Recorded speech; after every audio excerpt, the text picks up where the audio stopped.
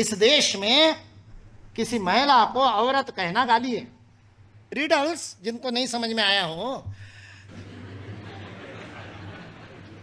सारे in law नहीं है, इन लव है। ये संस्कृति है इस देश की। परिवार टूट नहीं सकता। ये मेरे को कहता है गाय की बहन बताओ कौन है।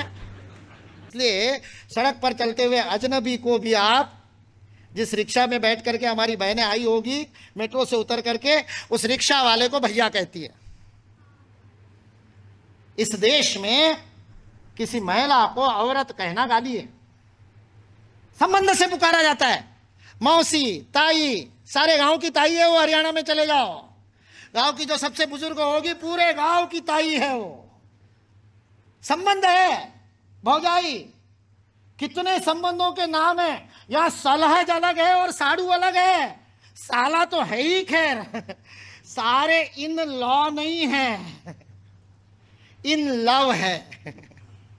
Not by law but by love. संबंध है। चंदा मामा है। कल कोई कह रहा था, वैज्ञानिक है बहुत बड़े, बोले डिस्कवरी चैनल पे मैं देख रहा था और जब डिस्कवरी चैनल पे चंद्रमा के जन्म की कथा मैंने देखी तब मुझे समझ में आया, अरे इसको मामा क्यों कहते हैं? क्योंकि वो सहोदर है, एक ही उदर से पैदा हुआ। क्योंकि चंद्रमा उसी मटेरियल से बना हुआ है जिस मटेरियल से पृथ्वी बनी है। पृथ्वी बनते समय, ठंडी होते समय कोई आघात हुआ, अलग हो गए टुकड़े, वो बिखरे हुए टुकड़े इकट्ठे आए और चंद्रमा बना। सेम मटेरियल से बना है, इसलिए पृथ्वी का भाई है, इसलिए धरती माँ है तो चंद्रमा मामा है। संबंध। इस देश में हर बात को संबंध से स्वीकार नहीं किया गया, समझाया गया। उस सिद्धांत को कि सृष्टि का विनाश मत करो। आपको पर्यावरण के रक्षा के लिए आंदोलन नहीं चला पड़ने पड़ते, बाघ को बचाने के लिए आंदोलन नहीं चलाने पड़ते। इस संस्कृति ने उसको व्यवहार में डाल दिया था। एक चौथी का बच्चा भोजन करते समय मेरे को कहता है पहेली बूझूंगा। मैं बड़ा खुश हुआ, मैंने कहा पहेली बूझ रहा है? आजकल तो पहेली बूझना ही खत्म हो गया। रिडल्स जिनको नहीं समझ में आया हो, बेचारे पढ़े लिखे बैठे हैं ना। गांव में बोलता तो नहीं बताना पड़ता, गांव में तो पहेली बूझना आज भी पता है। मैंने कहा हमारे समय में ये बुद्धू बक्सा नहीं आया था और ये हाथ में नहीं आ गया था जिससे बच्चों का भविष्य बिगड़ रहा है। हम तो पहेली बूझते थे जब शिक्षक नहीं आता था। और पहेली बूझने में ऐसी क्रिएटिविटी है कि एक बार किसी एक से पहेली बूझ लो तो दूसरी बार वो पहेली नहीं बूझ सकते। इसलिए पहेली बूझना अपनी ज्ञान रचनावाद को, कंस्ट्रक्टिविज्म के लिए बहुत महत्वपूर्ण है। अपनी शिक्षा व्यवस्था में से चला गया, क्योंकि एक बार एक पहेली बूझ दो तो फिर से नहीं बोल सकते।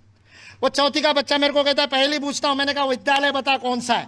बोले क्यों? मैंने कहा जिस विद्यालय में आज भी ऐसे छात्र हैं चौथी में जो पहेली पूछते हैं, उनके शिक्षकों को मैं जाकर के प्रणाम करना चाहता।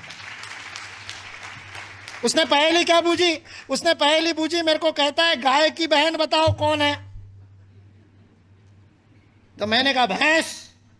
अरे बोले नहीं कुछ भी बोलते हो आप, गाय की भैंस, भैंस कैसे बताओ? तो मैंने कहा वो भी दूध देती है, ये भी दूध देती है। तो बोले दूध बकरी भी देती है। उसने मुझे निरुत्तर कर दिया, ऊँटनी भी देती है। मैंने कहा हाँ, जैसलमेर में ऊँट का दूध पिया है मैंने। तो ले वो बहन हो गई। मैंने अच्छा तो दो और कुछ बताया, मैंने वो मना करता गया। मैंने कहा बकरी होगी। बोले यार बकरी तो अलग ही है। मैंने कहा ये कौन सी झूलॉजी मेरे को समझा रहा है? झूलॉजी में फैमिली होती है ना। और आकर के जब मैंने उसको पूछा भाई हार गया अब तू बता। जब पहेली हार जाते हैं तो सामने वाला खुश होता है, पूछी इसलिए जाते हैं कि सामने वाला कह दे हार गया। जब इतने बड़े व्यक्ति ने हार गया क्या, तो वो चौथी का बालक एकदम खुश होकर के कहता अच्छा मैं बताऊं? मैंने कहा हाँ बता। वो कहता है गाय की बहन बिल्ली। मैंने कहा ये कौन सा विज्ञान लगाया यार, बिल्ली तो फेलाइन ग्रुप की होती है, मैं झूलॉजी पढ़ा रहा हूं उसको। वो कहता है ये नहीं पता मेरे को। वो कहता है गाय माँ होती है ये पक्का है। मैंने कहा हाँ, और बिल्ली मौसी होती है। तो मौसी तो माँ की बहन है। ये संस्कृति है इस देश की। परिवार टूट नहीं सकता।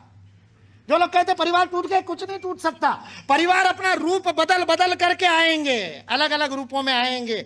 यदि काम के कारण एक को कहीं और दूसरे को कहीं रहना पड़ रहा है, या एक ही शहर में बहुत अधिक भौजाई और जेठानी देरानी में बहुत प्रेम होने के कारण अलग अलग भी रहना पड़ता हो, तब भी मन से यहाँ का परिवार नहीं टूट सकता। आप देख लीजिए अपने अपने स्मार्टफोन में व्हाट्सएप आते ही सबसे पहला ग्रुप परिवार का बना था कि नहीं बना था? क्योंकि psychologically you are always connected with your family. आप कहीं पर भी रह जाओ, अमेरिका में क्यों ना बच्चा बस जाए, वह परिवार के साथ जुड़े रहने के बहाने ढूंढता है, क्योंकि परिवार केवल राष्ट्र की नहीं मानवता की थाती है, इस संस्कृति का आधार है। इसको जड़ और चेतन में हमने करके दिखा दिया, संबंध बना दिया। इसलिए मैं कई बार कहता हूं ये संबंधों की संस्कृति है। एक ही तत्व है एकात्मता का, जो इतने विभिन्न रूपों में भारतीयता में प्रकट होता है। और इसलिए यह भारत का वैश्विक अवदान है। ये केवल भौगोलिक रूप से भारत के लिए सीमित नहीं, रेशियल रूप से केवल जिनके पूर्वज एक है, मैंने इंडोनेशिया का उदाहरण दे दिया तो आपको लगेगा केवल पूर्वजों की थाती के कारण ही एक होगा भारतवर्ष, नहीं। ये तमाम देश काल निमित्त से परे, टाइम स्पेस कॉजेशन से परे सार्वभौम सार्वजनीन सार्वकालिक तत्व है, जो सारे विश्व के लिए है। इसलिए भारतीय संस्कृति अपने आप में ही वैश्विक है। उसका प्रत्येक तत्व, प्रत्येक व्यवहार, प्रत्येक सिद्धांत वैश्विक है। इसलिए यह विविधता को स्वीकार करता है।